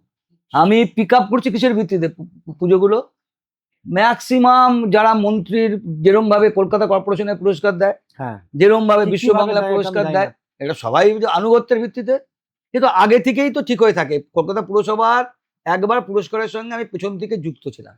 আচ্ছা। আমি তো যখন দেখেছিলাম যে আমি যদি পারতাম 4টে পুজোকে 50,000 টাকা পাইতে পারতাম নাম বলো। বুঝতে পেরেছি। এটা হচ্ছে কাউন্সিলর, ঠিক, ঠিক, ঠিক। এমএলএ, তাদেরকে এরা শুরু করা আগে যায়। থেকে ঠিক করে রাখে বিশ্ব বাংলা এই পুরস্কারগুলো। এর মধ্যে যে সত্যি সত্যি কোনো রকম একটা আমি ভালো কাজ করেছে তার ভিত্তিতে দিয়েছে, সে কিন্তু এর আগে থেকে লিস্ট আছে, তাতে আমি কোনো দোষ দিই না। এটা ঠিক আছে, ওরা ওরা জানে, সবাই জানে, অল পুজো কমিটি তারা সবাই জানে যে বিশ্ব এরা- বাংলা আর এরা কারা পাবে। সুতরাং এটা নিয়ে ওদের মধ্যে সেরকম কোনো ক্ষোভও নেই। কিন্তু কার্নিভালটা যারা একটুখানি কমজোরি পুজো কমিটি, যদি কার্নিভালে তাদের নাম ওঠে, তারা কিন্তু অখুশি হয় বেশি খুশি হওয়ার থেকে। কারণ ঠিক। ওইটার মধ্যে একটা যা ধাক্কা আছে, ঠিক। যা খরচের ধাক্কা, তাই নয় তুমি পাড়ার লোকজন নিয়ে যাচ্ছ, অন্য জায়গা থেকে শিল্পের লোক ভাড়া করে নিয়ে যাচ্ছ, হাঁটবে, সকাল 8টার সময় যাচ্ছ, ওইখানে খোলা জায়গায় বসে আছো, বাথরুম করার জায়গা নেই। বাথরুম করতে কিছু নেই, তার মানে বিরক্তিকর, পরের বছর আর লোক পাওয়া যায় না। এটা কিন্তু আমি ডাইরেক্ট ক্লাব কমিটির কাছ থেকে শুনেছি। তাহলে ওরা কখনো এই জিনিসগুলো প্রতিবাদ করতে পারেনি, তাই না? ঠিক। ধরে কোনদিন মঞ্চ থেকে বলবে এই এরাই তো কার্নিভালের চান্স দিচ্ছি যায় না, হ্যাঁ এইসব পুজো কমিটিকে বয়কট করা উচিত, বলে দিল মঞ্চ থেকে কেউ। আচ্ছা, কার্নিভেলের বিসর্জন নাকি পাড়ার বিসর্জন, কোনটাতে সুব্রত শব্দগুলো মুখার্জি চরিত্রপূর্ণ থাকে? সুব্রত মুখার্জি যতদিন বেঁচে ছিলেন, সুব্রত মুখার্জি কার্নিভালে লোক পুজো লোক পাঠাতেন, উনি বিসর্জনটা দশমীর দিনে দিতেন। বিসর্জন দশমীর দিন গিয়ে একাদশীর দিন থেকে ওনার পুরো এই ট্রেলার ভর্তি করে মা সব ইস্টবেঙ্গল ক্লাবের গোয়েটায় থাকতো। কার্নিভালের দিন সকালবেলা ইস্টবেঙ্গল ক্লাবের ওখান থেকে সে মানে বিসর্জন অলরেডি ঘোষিত বিসর্জন দিয়ে তারপরে উনি একমাত্র লোক যে এইটা করতো না। আরো কারা কারা আরো 2-3টে পুজো আছে যারা কার্নিভালে অংশগ্রহণ করতো না, তারা দশমীর দিন বিসর্জন দেয় বলে। এরকম আছে বোধহয়, বালিগঞ্জ কালচারাল অ্যাসোসিয়েশন আছে, আরো এরকম 2-3টে ক্লাব আছে যারা নিয়ম অনুযায়ী তাদেরকে ওই দশমীর দিনই তারা বিসর্জন দেয়। আচ্ছা, মানে পঞ্জিকা মঠে যেদিন বিসর্জন দেওয়ার কথা, কারণ এটা হচ্ছে কি পাড়ার একটা সংস্কারও আছে। পুরনো যদি পাড়া হয়, পাড়ার সংস্কার আছে, আমাকে দশমীর দিনই, কারণ শান্তির জল আনে, হ্যাঁ, অনেকে বাড়িতে রিচুয়ালস থাকে ঠিক। শান্তির জল নিয়ে এসে দিয়ে এসে তারপরে, এবং সেগুলোর জন্য কিন্তু অনেকে কি করে, অনেকে কিন্তু ওই দিয়ে দেয়। কি মনে হয় এবারে হবে? আমার মনে হয় না, আমি জানি না এই গভর্নমেন্ট কি করবে না করবে, তবে আমার কার্নিভালটা নিয়ে আমার খুব, কারণ কার্নিভাল কি করেছি আমি জগদ্ধাত্রী পুজোটাকে অনুকরণ করেছি। আরে জগদ্ধাত্রী পুজো থাকতে দাও না, তো বহুদিন ধরে হয়ে আসছে, এটা ওদের রিচুয়াল, ওরা দশমীর দিনই করে, ওরা পরে করে না তো। ঠিক। তো তুমি ওদেরকে করতে দাও না ওদের মতো করে। তো তো আমার কৃষ্ণনগরের জগদ্ধাত্রী আর চুচুড়ার চন্দননগর চুচুড়ার জগদ্ধাত্রী, প্রত্যেকের তো একটা আলাদা আলাদা মানে কাস্টম মানে মানে থাকাই আভিজাত্য, উচিত। হ্যাঁ। তো ওরা ওটা তুমি আবার এর মধ্যে ঢুকে গেলে কেন? মানে আমার প্রথম থেকে আমার এটা নিয়ে আপত্তি ছিল, একটা নিজস্ব কথা একটা লোকের, ঠিক। দুটো পুজো, জগদ্ধাত্রী পুজো, তুমি তাকে কেন, তুমি বাবা তাকে নিয়ে এখানে তোমার নিজের জন্য এখানে কার্নিভাল করছো, তুমি প্রতি বছর যাও না, কোনোবার কৃষ্ণনগর যাও, কোনোবার চন্দননগর যাও ঠিক। না, কিন্তু শুধু শুধু তুমি কি করছো, পুজো কমিটিগুলোর অসুবিধে, শুধু লাভ হচ্ছে যারা ঢাক বাজায়, তারপরে যারা ওই বিভিন্ন ভাড়াতে যে নাচে লোকশিল্পী, ঠিক, ঠিক। ওদের কিছুটা পয়সা হয়, পয়সাটা কে দেবে? পুজো কমিটি দেবে। আমি পুজোর খরচ নিয়ে জিভ বেরিয়ে গেছে, তারপরে আবার তার মানে কার্নিভাল। যে টাকা ওরা ওই 1,10,000 পেতো, সেটা অলরেডি ট্রলার ফলার এখানে খরচাই হয়ে যেত, তার থেকে বেশি হতো। তার থেকে বেশি খরচা হ্যাঁ, হতো। আবার তুমি তো জৌলুস কমালে চলবে না। হ্যাঁ, তুমি মেরে মেরে পুজো নিয়ে গেলে, আরে কার্নিভালে এসছো তুমি, মানে দেশ বিশেষের লোকেরা সব দেখছে, ডিগনিটারিজ। এইবারে পুজোতে আমাদের সচরাচর দেখি যে মাস আর্ট বলে যে সংস্থা ছিল বা এই ধরনের যে সংস্থাগুলো ছিল, তারা পিতৃপক্ষের আগেই গিয়ে তারা ঠাকুর দেখতো। এবারে কি মনে হচ্ছে? এই দিকে তো শোনো, এই নিয়মগুলো পুজো কমিটির নিজেদের মতো করে করা উচিত। অনেক পুজো কমিটি আছে যারা খুব মেনে পুজো করেন, নিয়ম মেনে পুজো করেন, তারা কেন অ্যালাউ করে আমি তো মানে বুঝি না আর কি, যে বোধন না হওয়া পর্যন্ত প্রতিমা করা, সেইটা তো আমাদের, যদি আমি জানি না শাস্ত্র মতে কি, শাস্ত্র আমি পড়িনি, কিন্তু আমরা ছোটবেলা থেকে দেখে এসেছি বোধন না হলে পরে মায়ের মুখ ঢাকা থাকে। তো তুমি কি করতে পারো, তুমি এখন কম্পিটিশনের বাজার করেছো, উনি তো মহালয়ার আগের দিন পর্যন্ত উদ্বোধন করতেন না, গতবার তো মহালয়ার আগের দিনও উদ্বোধন করে এসছে, মহালয়ার আগে পিতৃপক্ষ পড়ার, দেবী পক্ষ পড়ার আগেই উদ্বোধন হয়ে গেছে। তো অনেকে তো তখনই বলেছিল এইবার কিন্তু গেল, এটা কিন্তু কোনো রকম যোগাযোগ নেই, কিন্তু লোকের মনে কি এসেছিল, তুমি যদি যদি রাজা যদি এসে হেয়ক রাজার দেশে আছে, রাজা যদি অনাচার করে তবে কি সে রাজার পতন হয়। এটা আমাদের হিরক রাজার দেশেই তো বলেছে, যদি করো অনাচার, তাহলে কি আমি ভুলে গেছি, সেটা তো অনাচারই তো। তুমি যদি সত্যি সত্যি পুজোটাকে মানো, প্রচুর মানুষ আছে যারা কি ভক্তি পুজো ভক্তি দেয়, ভক্তি করে পুজো করে, তো কে মায়ের কাছে গিয়ে সে নাচতে কি করে, যাই হোক মায়ের কাছে গিয়ে প্রণাম করে না কে আছে? যদি দেখতে পায় মাকে, অনেক জায়গায় তো মাকে দেখতেই পায় না, হ্যাঁ দেখতে পেলে মাকে সবাই প্রণাম করে, সে ভক্তিতে তো করে। আচ্ছা স্যার, আমি একটা কথা বলছি, এই প্রণাম জিনিসটা কেন করে? প্রণাম, আর প্রণাম কি করা বাধ্যতামূলক? না না, তো আমি হাতটা উঠে যায়। আমি কিন্তু বাবা, এই পরিপ্রেক্ষিতে আমি একটা কথা আনবো, আপনার কি মনে হয় যে প্রণাম কেন করে? তুমি যদি কোনো একটা লোকের কাছে একটা নির্দিষ্ট, তুই যে যখন আমাকে বললি নমস্কার, বললি তো, হ্যাঁ, কেন বললি নমস্কার? একটা শ্রদ্ধা দিয়ে আমাকে শ্রদ্ধা বলে বললি নমস্কার, তাই তো? ঠিক। এছাড়া গ্রিটিংস, আমি নমস্কার, ইংরেজিরা হ্যান্ডশেক করে তো, আবার ইংরেজরা আবার ইন্ডিয়াতে এলে নমস্কারও করে, কারণ কি প্রত্যেকটা দেশের, আমি তো মার সঙ্গে আমার বন্ডিং কি, মা ছেলের বন্ডিং, তাই না? আমি ঠাকুর হিসেবে নাই মানলাম, তো মা যদি আমার মা হয়, মাকে দেখে আমরা পাতোয়া ছুতে পারবো না? আমরা কি করি? আচ্ছা, মায়ের যে ওই রূপ হবে, এটা কে বলেছে? মায়ের যে রূপ কে জানা যায়, এটা হয়ে আসছে। না, আমি এবার ওই প্রণাম আর রূপ নিয়ে কিন্তু আসবো আমি। না না, আমি বলছি মায়ের রূপ, এই যে মায়ের রূপ, দুটো রূপ তো, একটা আমরা বলি একটা হচ্ছে পশ্চিমবঙ্গীয় ধাঁচ, একটা হচ্ছে পূর্ববঙ্গীয় ধাঁচ। আচ্ছা, এর যে মায়ের যে মুখের গড়নটা, মায়ের মুখের গড়ন, মা তো দুর্গা তো কোনো একটা মানে কল্পিত অবয়ব, তাই না? সে আমরা জানি দশভুজা অসুরকে মারছে, অসুর সে মোষের পেট থেকে বেরোচ্ছে, মা সিংহের উপরে দাঁড়িয়ে মারছে। কোথায় মারলে মরবে? বুকে মারলেই মরবে, এছাড়া কোথাও তো মারলে মরবে না। বুকের মধ্যে এটা তো একটা কি বলবো, বহুদিন থেকে চলে আসছে, এবং আমাদের বহু বছর আগেকার দুর্গা মূর্তির মধ্যে একই মূর্তি। তার মানে কি, মা হচ্ছে সিংহ বাহিনী, তাই না? আর হচ্ছে মুখটা দুটো প্যাটার্ন, একটা হচ্ছে পূর্ববঙ্গীয় প্যাটার্ন, একটা হচ্ছে এখানকার পশ্চিমবঙ্গীয় প্যাটার্ন। আমরা যে পান পাতার মতো মুখ দেখি, এটা কারা করে? বাগবাজার, ফ্ল্যাগবাজার, এরা সব করে। এটা হচ্ছে পশ্চিমবঙ্গীয় প্যাটার্ন। আর পূর্ববঙ্গীয় প্যাটার্ন এটা হচ্ছে আমাদের বলি যে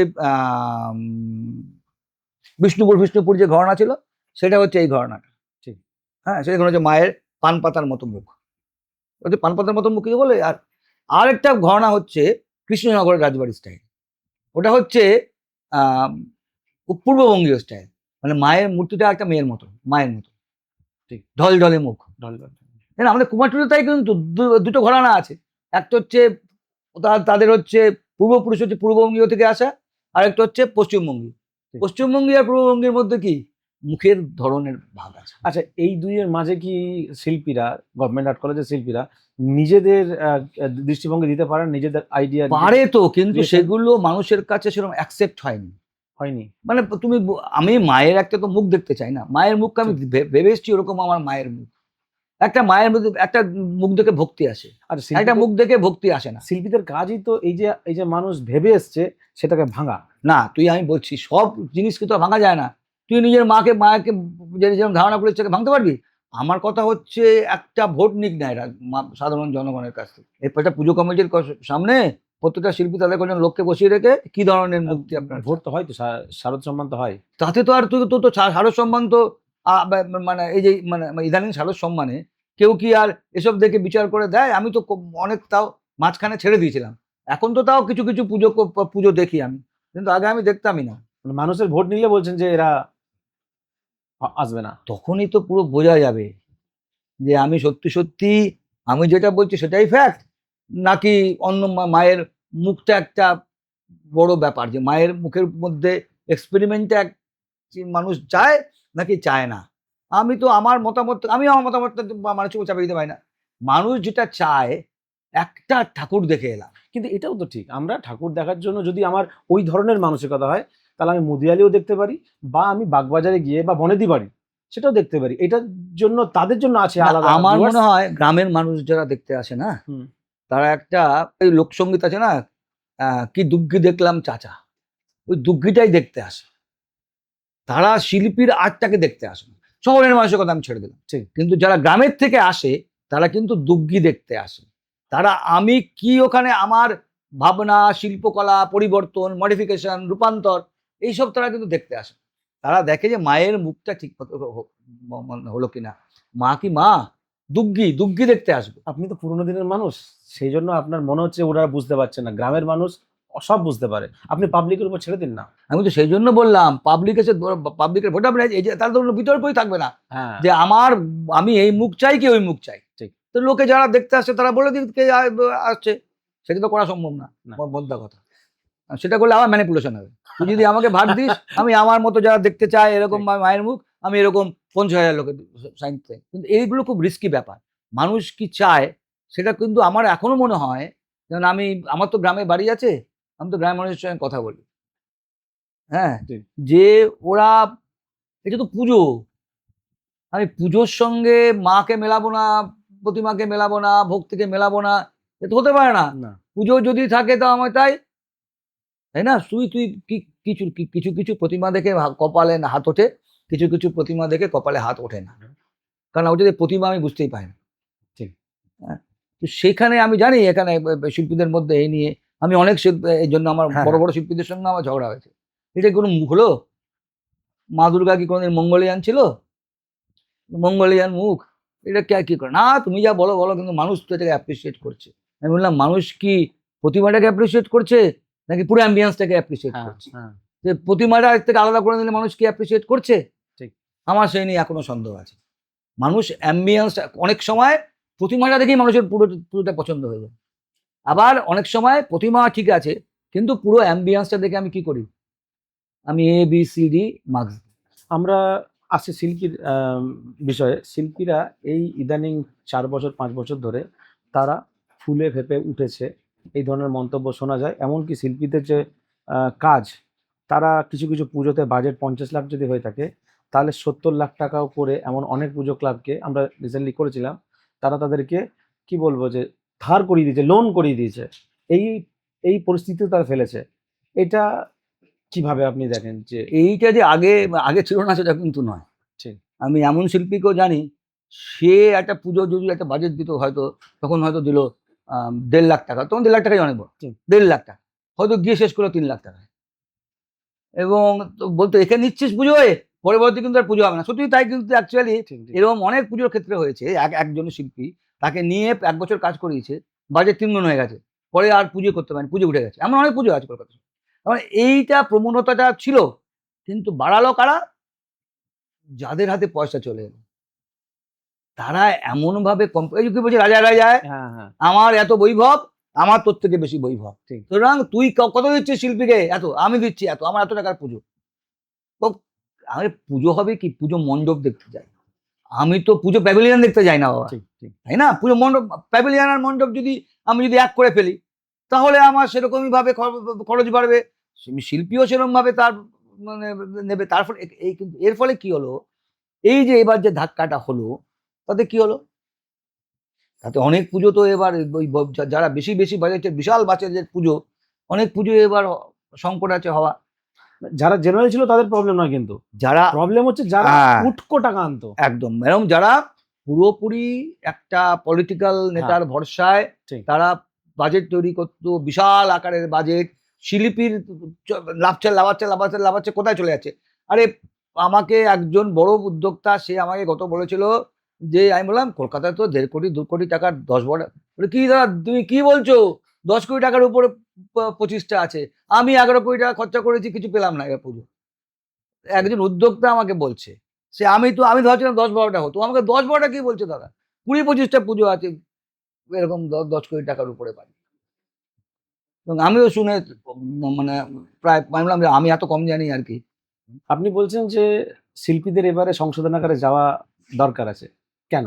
সব শিল্পীর হচ্ছে নাকি? হ্যাঁ, মানে কিছু কিছু শিল্পীর। ব্যাপারটা হচ্ছে, আমি যদি একটা মাত্রা ছাড়া পারিশ্রমিক নিই, সেটা তো সবার ক্ষেত্রেই কি খারাপ, পুজো কমিটির ক্ষেত্রে খারাপ। এবং আমি যত বেশি পারিশ্রমিক নেবো, আমাকে তো কিছু না কিছু করতে হবে। বিশাল প্যাভিলিয়ন যাচ্ছি, অন্ধকার মণ্ডপ যাচ্ছি তো যাচ্ছি, উপর নিচে হোঁচট খেতে খেতে দর্শক পুণ্যার্থী যাচ্ছে, খুব ভালো হচ্ছে কি তাদের পক্ষে। সে লোকটা যখন বেরিয়ে আসছে, সে দেখছে আমার চোখের সামনে সব ব্ল্যাঙ্ক।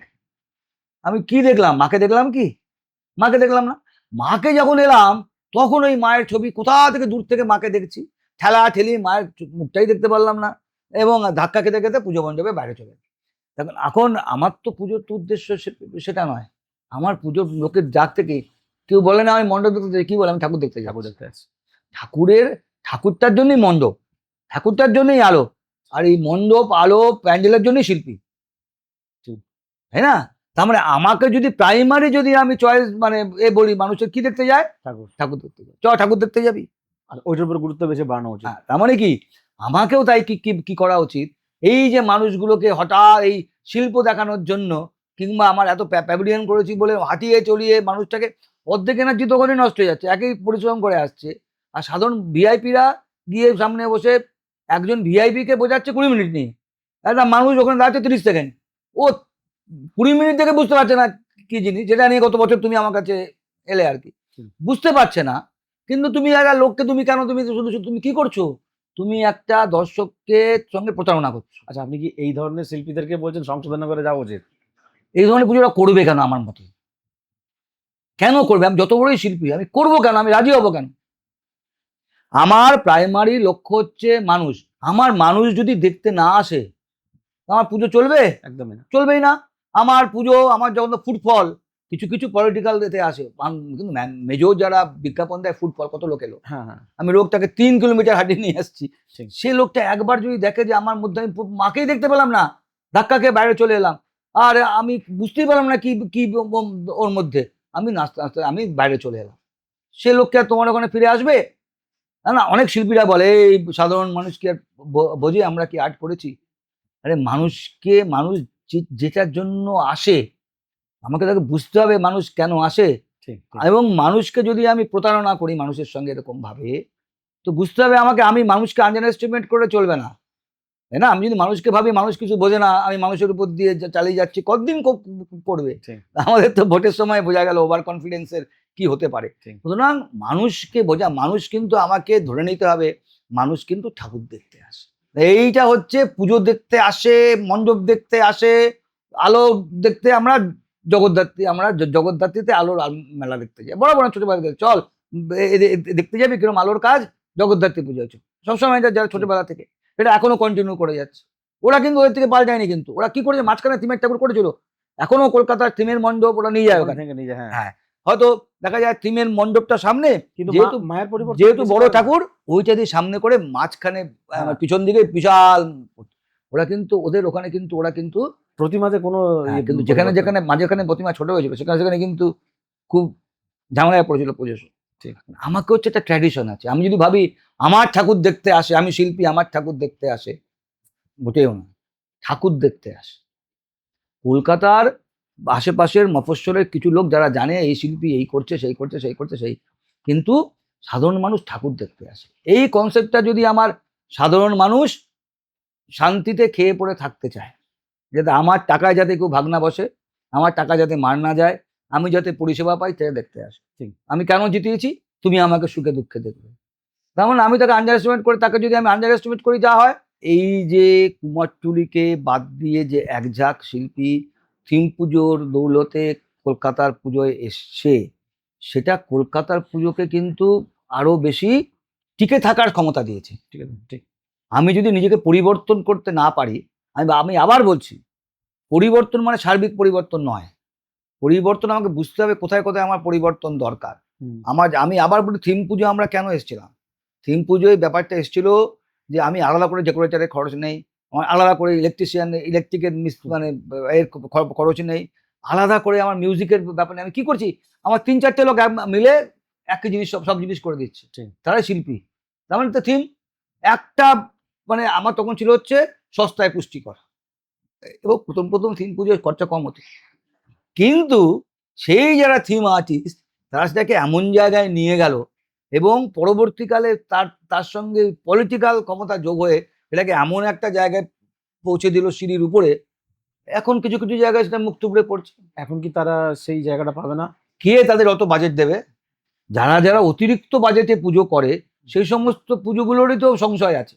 তবে যেটা একটা ব্যাপার যেটা অনেকে জানে না, যে ইদানিং কিন্তু সুরুচি সংঘর বাজেটটা কম ছিল গত বছর, গত কয়েক বছর থেকে কিন্তু সুরুচি সংঘের বাজেটটা কম ছিল। ওরা অন্য জায়গায় টাকাটাকে করছিল বলে পুজোটাকে কম ছিল, কারণ এমনিতেও একটা একঘেয়ে পুজো হয়ে গেছে সেসব নিয়ে। তো কিন্তু বাদবাকি যারা ওরকম ভাবে বিশাল বিশাল করে পুজো করছিল, তাদের কিছু কিছু লোক কিন্তু আবার নিজেদের থেকে পয়সা জমা করে, তাদের পলিটিক্যাল ব্যাকিং ছিল না। এরকম পুজো আছে, কিন্তু আমরা নিজেরা থেকেই we can earn the money without any political help, এরকম পুজো কলকাতা শহরেও আছে। এরকম দুটো নাম জানতে পারি? চোরবাগান, বালিগঞ্জ কালচারাল অ্যাসোসিয়েশন, ঠিক। সমাজসেবী, এরা খুব একটা বেশি পুজো করে না, কিন্তু জাঁকজমকপূর্ণ ভালো পুজো করে, ভালো বাজেট পুজো করে, কিন্তু কি ওদের নিজেদের সেই টাকাটা আর্ন করার ক্ষমতা আছে। আমি যদি নিজে থেকে আর্ন করার ক্ষমতা আমার থাকে, কাশি বসলেন একদিন ধরে তাদের পুজোর চেয়ারম্যান ছিল শশী বাজার, মাঝখানে শশী বাজার পুজো হয়ে গেল, কিন্তু ব্যাপারটা হচ্ছে কাশী পুজো, যে কাশী বসে শশী বাজার থাক বা না থাক, তাদের পুজো সেটা কাশী বসলেন থাকবে, কাশী বসলেন আছে।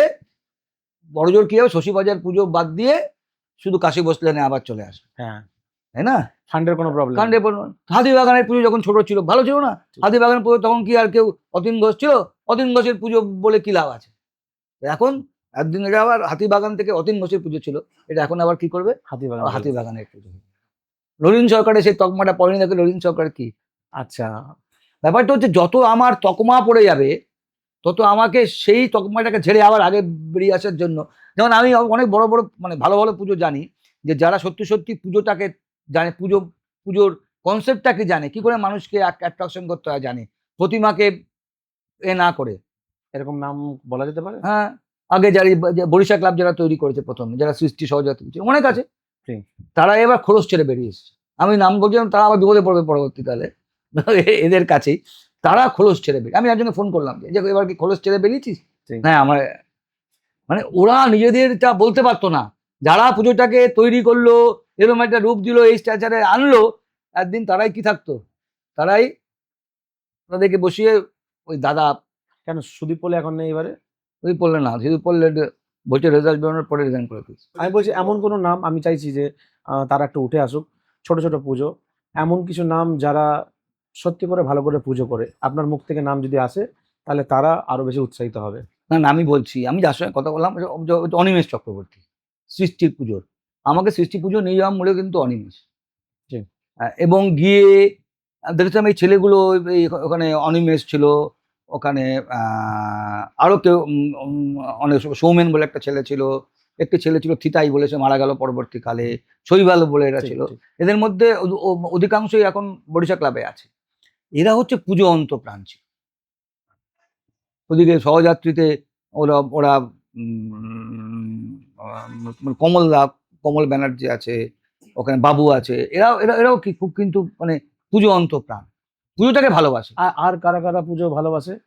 আমি তো এই সন্দীপন দা এবং তার সঙ্গে পুরো টিমটা, আমি যতদিন ধরে পুজো দেখছি ওই টিমটাকে আমি দেখছি, সঙ্গে নতুন প্রজন্ম আছে। বাহ। তো ব্যাপারটা হচ্ছে যে এই যখন একটা টিম যখন একদিন ধরে রয়ে গেছে, তার মানে বলতে কি হবে, ওদের গ্রহণযোগ্যতা সবার মধ্যে আছে, এবং তারাই কি করছে, তাদেরকে দেখেই নতুন প্রজন্মটা আবার পুজোতে আসছে, মানে এরাই পুজোটাকে বাঁচিয়ে রাখবে।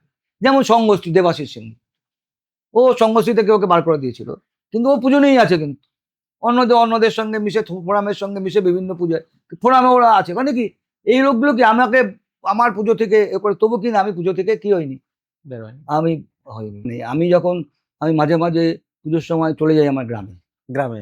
শহরের পুজো তো অনেক দেখলাম, একটু গ্রামের পুজোতে একটু উপলব্ধি করি। কি পার্থক্য বোঝেন?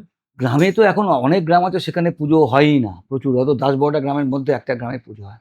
মানে সেইখানে একটা, আমি যে গ্রামটা থাকি সেখানে কিছু লোক মিলে একটা পুজো শুরু করেছে, সেখানে বাইরে থেকে লোকের আগে তাকে টাকা দিত, এখন নিজেরাই বাড়িতে করে ছোট করেও কি করে ভক্তি করে পুজোটা করে। ওইখানে গিয়ে পুজোর কি খুব আনন্দ হয়। আমি যেখানে থাকি কোপাই বলে আমার জায়গাটা, ওখানে কোপাইয়ে যেটা মেইন জায়গা কদমতলা বলে, ওখানে মন্দির আছে। ওই মন্দিরের মধ্যে আগে দেখতাম ওইখানে ঠাকুর তৈরি হতো, এখন সেইটাকে নিয়ে পরে পলিটিক্স আবার যাই, আবার এসে সেখানে না, নামি কুমোরের থেকে ঠাকুর আনতে হয়। সেই করে আমি কত বছর পর দেখছি যে কুমোর দিয়ে ঠাকুর আনছে।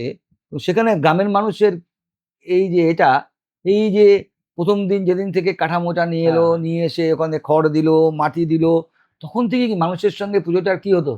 কিন্তু এখন এই স্থাপিত এই যে অ্যাটাচমেন্টটা চলে গেছে, সেটা কি সেইটা আর আগের পুজোটাকে ফিরে আসছে।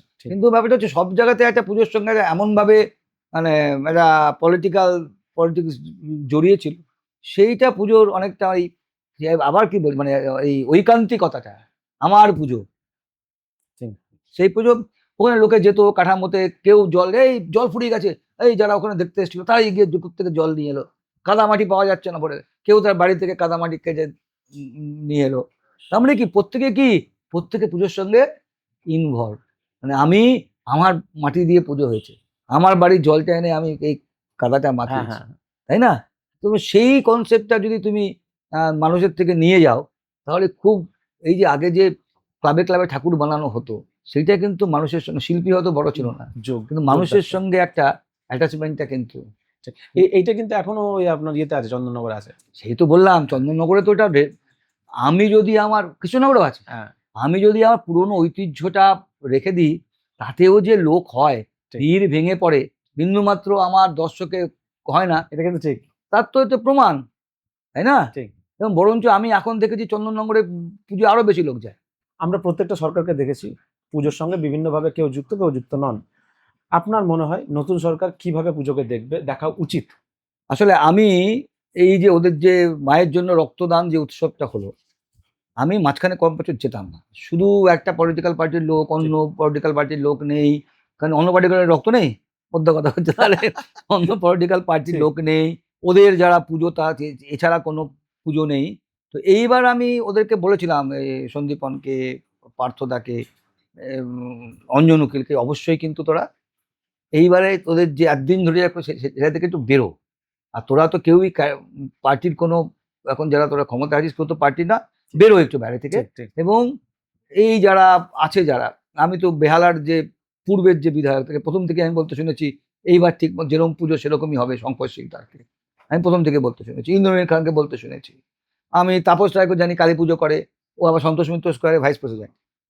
হ্যাঁ, আবার সজল তো পুজো করেই, অত বাধা ও বিধি নিষেধ বাধা করেও করছে লোকের খেলা। এবং যত একটা পুজোকে নিয়ে যত লেখা হবে তার থেকে তত ভিড় হবে। তুমি যত বাধা দেওয়ার, কেন বাধা দেওয়ার চেষ্টা করছো, লোকে দেখতে যায়, ঠিক। তাই না? কেন পুজোটা বন্ধ করছে বলতো, চল তো দেখে আসি, তাই না? ঠিক। আমাদের মধ্যে সবার মধ্যে তাই তো আছে, তাই না? কোনো লোকের দুঃখ দেখলেও ভালোবাসি, আবার আনন্দ দেখলেও ভালোবাসি। একটা লোকটা বিপদে পড়েছে, দেখি তো মজা করে আছে, দেখি কেমন পুজো করেছে। ব্যাপারটা হচ্ছে, তো আমার প্রথম থেকে মনে হয়েছিল যে এরা যদি সবাইকে যদি আনতে পারে, যদি আসে, কিন্তু প্রথম কথা আমার পজিটিভ লেগেছে, নেতাজি ইন্ডাস্ট্রিটা দিতে কোনো বাধা হয়। তারপরে যেটা মুখ্যমন্ত্রী শুভেন্দু অধিকারীও যেটা বললো রাজারহাটে, সেটাও খুব পজিটিভ। সেটা সঙ্গে আমার মতো খুব মিল খায়। যাদের প্রয়োজন নেই তাদের টাকা দেবো, ঠিক। সেই সরকারি বিদ্যুতের খরচ বাদ। তার মানে কি, আমার আমি পুজো করছি 50 কোটি টাকা দিয়ে, এদিকে আমার যে বিদ্যুতের বিশাল 3 কিলোমিটার ধরে পুজো করছি, প্যাভিলিয়ন করছি, তার পুরো বিদ্যুতের খরচ মকুব করে দেবে গভর্নমেন্ট। হ্যাঁ। এটা কি কোনো না।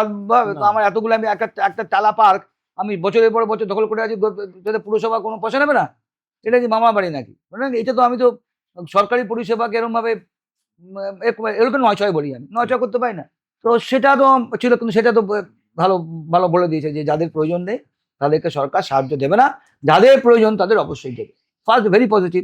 নেতাজি ইন্ডোর স্টেডিয়াম দেওয়াটা পজিটিভ। আমি অপেক্ষায় ছিলাম এই সজল আর তাপস রায় কি বলে। সজলের কথাটা খুব ভালো, যে একদিন আপনারা দিদির পুজো করে এসছেন, দিদির পুজো নয়, পিসির পুজো নয়, এবারে মায়ের পুজো হোক। Very positive. এর মধ্যে আমি অন্য কিছু খুঁজবো না, এবং অনেকেই তাই বলছিল। এবং যারা ফোরামের যারা সদস্য তারাও এটা অনেকে মনে করেছে, কারণ এটার পরে যে হাততালি পড়েছে তার সেটা অতটা পড়া উচিত নয় আর কি। আমি এই প্রশ্ন বলে আপনাকে শেষ করতে চাইছি, সেটা হচ্ছে কিছুই কি ভালো হয়নি 2011 থেকে 2026-এর তৃণমূলের দুর্গাপুজোর প্রতি যে অবদান ছিল? আমি যদি সেটাকে রাজনৈতিক ফায়দা তোলার জন্য অবদান করি, তাহলে সেটা কিন্তু সেই উদ্দেশ্যটা মানুষ যদি বুঝে যায়, তাহলে সেটা পুজোর পর কেউ কি তো মনে আছে পুজো হয়ে পুজো করে নেতা হতে চাইছি, পুজো হয়ে মানুষের কাছে আমি আরো পপুলার হতে চাইছি, কেন? রাজনৈতিক উদ্দেশ্য নেই। মমতা মহাজি এত জায়গায় ঘুরেছে, এমনি গেছে? সব নাকি ওনারই পুজো। তো ব্যাপারটা হচ্ছে, আমি পুজোটাকে পুজো, তো বামপন্থী নেতারা তো যেত না, তো পুজো কি এখানে কম হতো? তাই না? তো পুজোর সঙ্গে এরকম ভাবে যে উন্নতি যদি বলা থাকে, কিছু শিল্পীর প্রচুর মানে আয় হয়েছে। এবং যেটা সব থেকে বড় একটা বক্তব্য আছে, সেটা হচ্ছে আমরা ইউনেস্কোর পুরস্কারটা পেয়েছিলাম হচ্ছে কিন্তু এই যে আমাদের যে লোকশিল্পী আছে, লোকায়ত শিল্প আছে, সেগুলোকে স্পন্সর করে একটা ছাতার তলে নিয়ে আসার জন্য। কিন্তু আমার এই যে যবে এইটা আমি পুরস্কারটা পেলাম, তারপর থেকে যদি পুজোর ট্রেন্ডটা লক্ষ্য করা যায়, যারা বড় পুজো করেছে, বেশি টাকা দিয়ে পুজো করেছে, তারা কেউ লোকায়ত শিল্প দিয়ে কাজ করে। তারা বিশাল বিশাল tin, iron steel, crane, bulldozer, এইসব স্টিলের স্ট্রাকচার, তার সঙ্গে কোথায় আমার লোকায়ত শিল্প, তাই না? ঠিক। এই ক্রেন পুজোর মঞ্চের মধ্যে, তার সঙ্গে লোকায়ত শিল্প কোথায়? কিন্তু ব্যাপারটা হচ্ছে, আমি কি করেছি, আমাকে যে কারণে ইউনেস্কো পুরস্কার দিয়েছে, আমি কিন্তু সেখান থেকে কি করেছি, সেই জায়গাটা কিন্তু ডাইভার্ট, কারণ আমি লোকায়ত শিল্প দিয়ে অতখানি জায়গা ভরাট করতে পারবো। বুঝতে পেরেছি। ছোটই থাকুক, কারণ চালো বারোয়ারি গত বছর খারাপ পুজো করেছিল, ওইটুকুর মধ্যে জায়গার মধ্যে লোকায়ত শিল্প দিয়ে করা যায়। আমি যদি প্রথমেই আমার ইচ্ছে থাকে আমি এত বাজেট করব, লোককে দেখাবো আমার এত বাজেট, তাতে টাকা দেখা যায় আমি এত বাজেট করেছি, এত টাকা পেয়েছি, খরচ করবো কি দিয়ে? চলো ক্রেন আনো, চলো স্টিল আনো, চলো লোহার পাত আনো, এই করো, জায়গা ঘিরে দাও, অন্ধকার আলো আধারি মিলিয়ে মিশিয়ে টাকা খরচ তো করতে হবে না? অসংখ্য ধন্যবাদ স্যার এতক্ষণ সময় দেওয়ার জন্য, আর পুজো সংক্রান্ত যে বিষয় নিয়ে অনেক প্রশ্ন ছিল সেগুলো আমাদেরকে ক্লিয়ার করার জন্য। অনেক ধন্যবাদ।